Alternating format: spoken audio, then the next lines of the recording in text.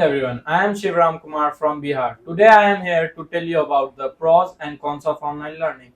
Let us start with the obvious advantage, unmerited flexibility. Online learning tears down physical wall. It allows a working parent in New York to earn a degree from London without leaving their living room. It saves thousands of dollars on commuting, housing, and printed textbook. Furthermore, it also introduced the power of self-paced learning. Suppose a math concept confuses you. You can simply pause, rewind, and reverse the lecture. It also democratizes education by giving global resource right at our fingertips. However, digital classroom is nothing without its shadows. The greatest strength of online learning is its independence, is also its greatest weakness. Suppose without a professor looking over your shoulder and a physical bell ringing, procrastination becomes a massive temptation, which needs a fierce self-discipline. Ultimately, online learning is not perfect cure-all, not is it a passing trend.